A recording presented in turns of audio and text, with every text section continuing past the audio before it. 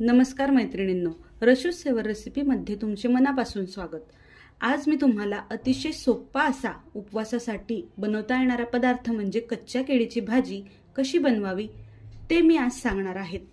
चला तर मग बघूया कच्च्या केळीची भाजी कशी बनवावी। सर्वात आधी आपण केळ्याला काप देऊन ती केळी उन्हात थोडा वेळ वाळवूया, कारण केळीचे कवर हे लवकरात लवकर मोकळे होतील।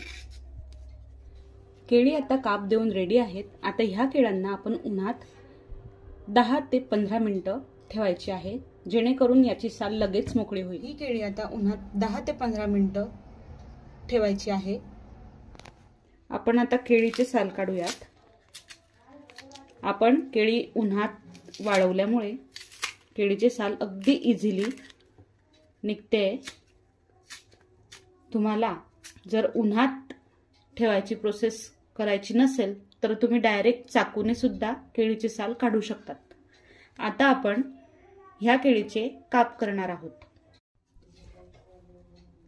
केळीचे तुम्ही लांब तुकडेही करू शकतात किंवा तुम्हाला गोल चकत्या करायच्या असल्यास तुम्ही गोल चकत्याही करू शकतात।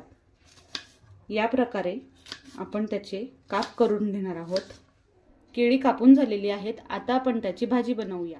कढईमध्ये मी शेंगदाणा तेलाचा वापर करत आहे। आता आपण तेल गरम करायला ठेवूयात। भाजीसाठी मी इथे एका मिरचीचा वापर करत आहे। त्यानंतर अगदी छोटा चमचा तिखट आणि 1 चमचा जिरे। तेल आता गरम झालेले आहे। आपण भाजीला फोडणी देऊया। तेल गरम झालेले आहे। आता आपण जिऱ्याची फोडणी देऊयात।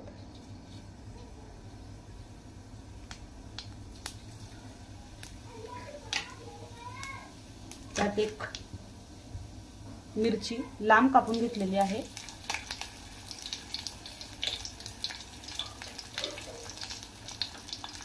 त्यानंतर त्यात केळीचे काप टाकूया।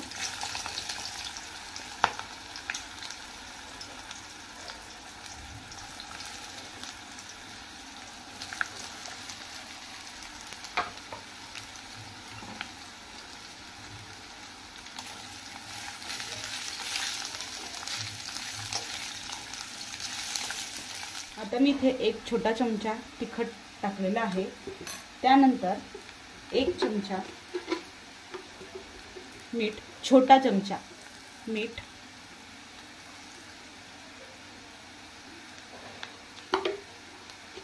हे भाजीला व्यवस्थित हलवायचे आहे। तेल हे तुम्ही तुमच्या आवडीनुसार वापरू शकतात। मी इथे 1 पळीला थोडं कमी तेल वापरलेला आहे।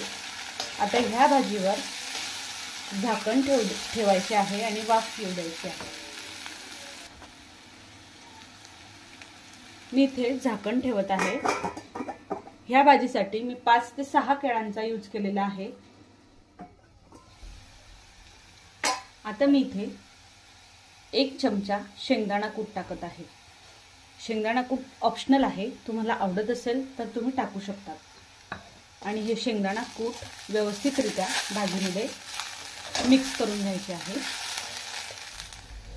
भाजीला परत अजून एक वाफ येऊ द्यायची आहे आणि त्यानंतर भाजीला आपण चेक करूया।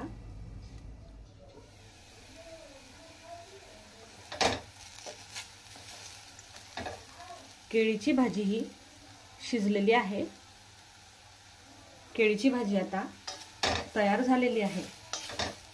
तुम्ही ही रेसिपी नक्कीच ट्राय करा। तुम्हाला जर ही रेसिपी आवडली असेल तर प्लीज माझ्या चॅनलला लाईक, सबस्क्राइब आणि शेअर करा। Thank you for watching.